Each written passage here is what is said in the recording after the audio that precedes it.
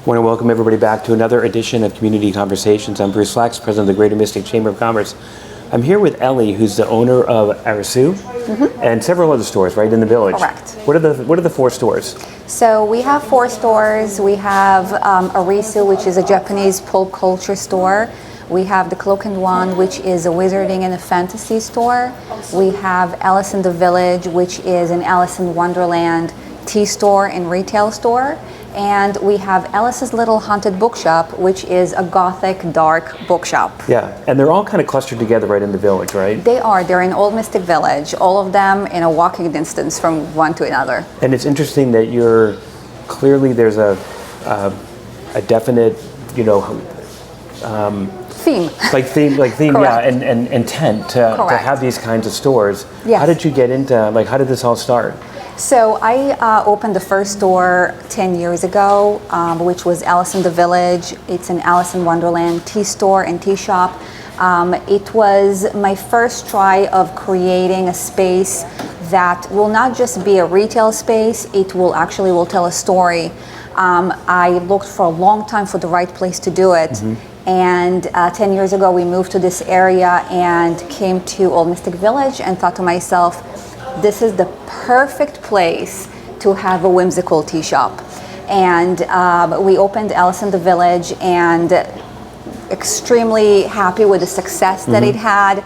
And because of the success and because of the community that supported it, even during COVID, we have decided to continue and create unique stores that are themed based.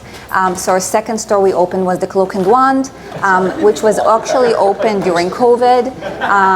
We had lines of people standing 2 to 3 hours to get into the store because you couldn't go to Disney, you couldn't go here. So you came to Old Mystic Village, and that became a huge success. And then then we opened Alice's Little Haunted Bookshop, which was our gothic bookshop, which also was extremely successful, got international recognition. And then the last one that we opened was Arisu, which is this store. Yeah. And they clearly seem to have a really impressive following, right? Correct. And do they overlap a little bit, or are they unique? Are the visitors unique to each shop? So they are and they aren't. So people usually that goes to one of our stores will know to go to the other stores. There is a theme to all of them, which is very immersive, and you go in. However, the demographic could be very different. Arisu, for example, the demographic is very much a Gen Z demographic. Those are young people that are watching Japanese anime, that reads the manga, that are interested in buying figures. However, we do in Arisu also have a section which have Japanese foods. We have a Japanese market, and we do have also Japanese houseware. So that section, for example, is very popular for an older generation. So we do see all ages. Alice in the Village, it is very whimsical tea shop. We do see a lot more people with young children. We see women that likes to go in there, however, not just. And then the bookshop and the Cloak and Wand, both of them is a wide demographic of toddlers to 100 and something years old. Because Cloak and Dagger, that relates to Harry Potter. The Cloak and Wand. The Cloak and Wand. Yes. I'm sorry, Cloak and Wand. Yes. Is that Harry Potter? So we are wizarding and fantasy. We're not a Harry Potter store. However, we do carry licensed Harry Potter merchandise. So we do work with different themes like Harry Potter. We work with Lord of the Rings. We work with How to Train Your Dragon. But we also have just really fun wizardy and witchy product. We don't take ourselves seriously at all. We like to make fun of it. We have a potion bar, which you can get a potion, and what potion you created will be revealed to you when you buy the potion.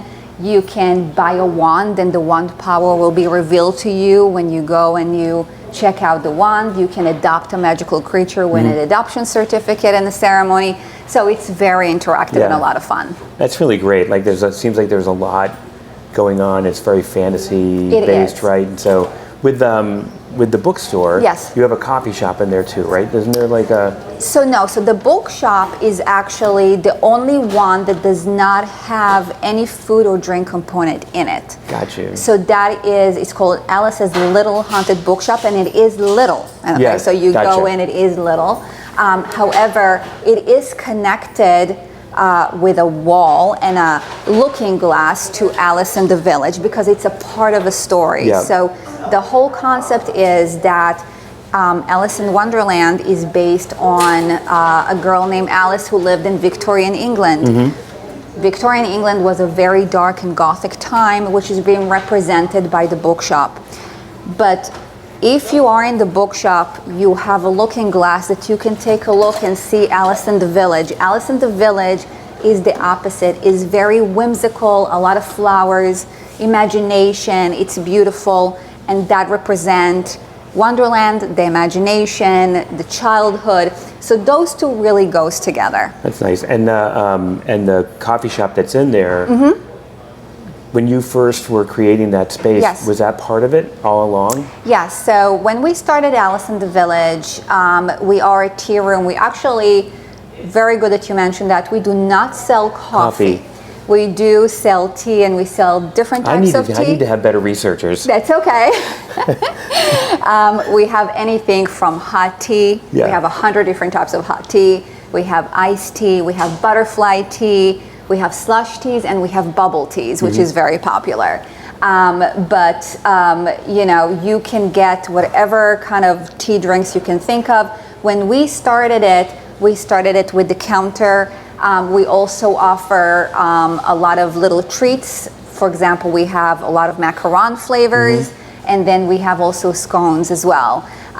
We used to do, before COVID, we had an afternoon tea that we used to serve. However, because of COVID, we stopped doing it.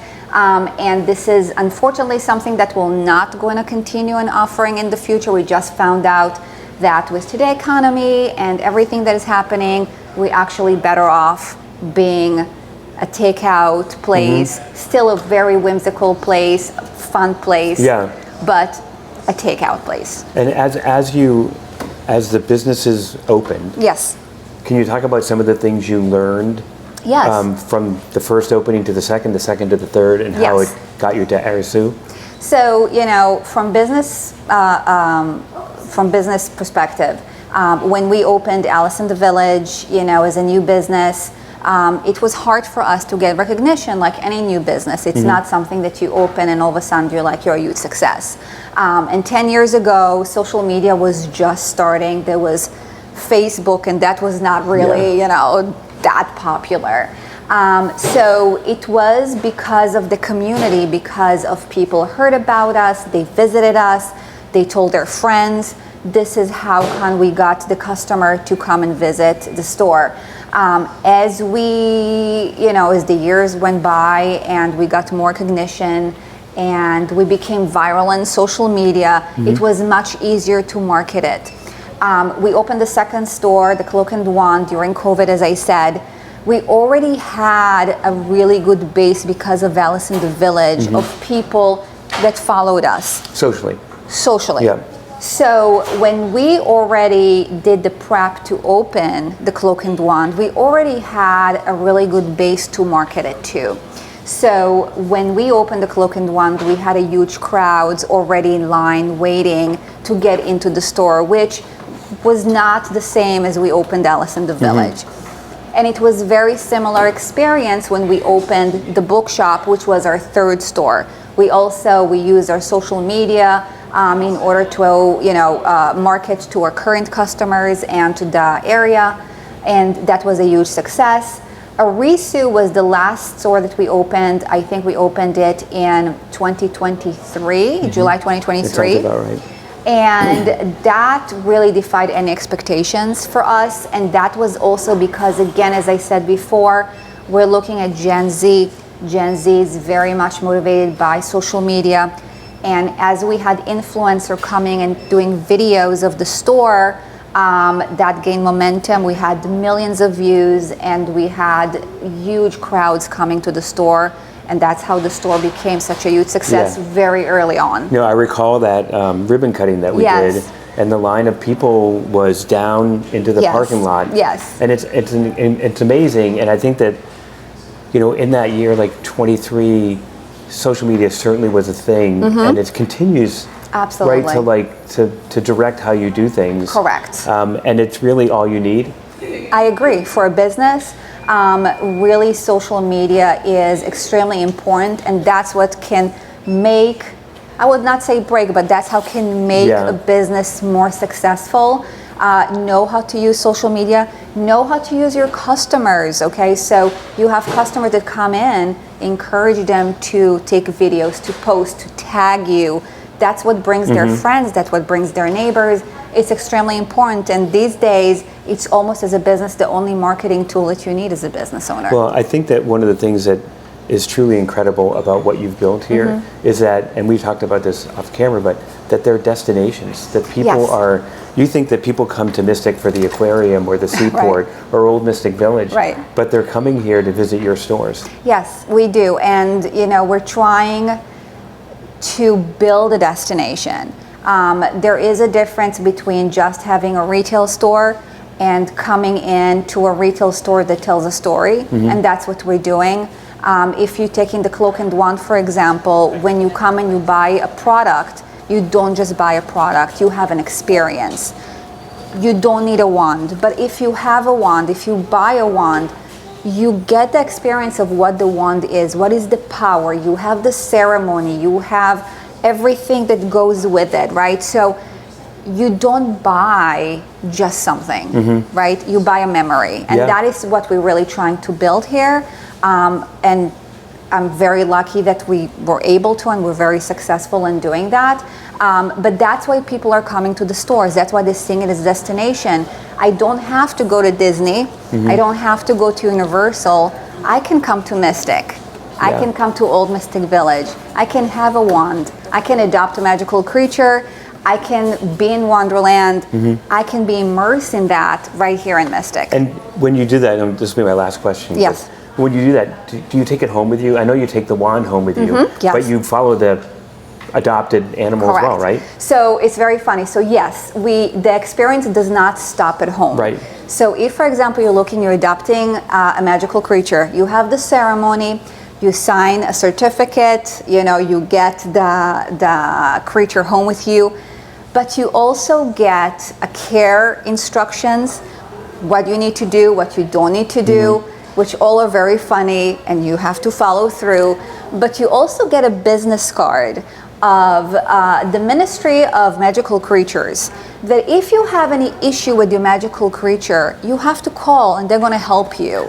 And you actually can call that number and you hear how they can help you with your magical creature. That means that everything, even the products, it's all integrated and it's all immersive. So it's not just that you're buying the product, you have to care for it. And there's also a follow-up when you go home. So it doesn't end just at the store. I love it. We've just scratched the surface. Yeah. But we're going to come back. We'll do another one here. I really appreciate your time today and being on Community Conversations. Super interesting. Thank you very much. Thank you.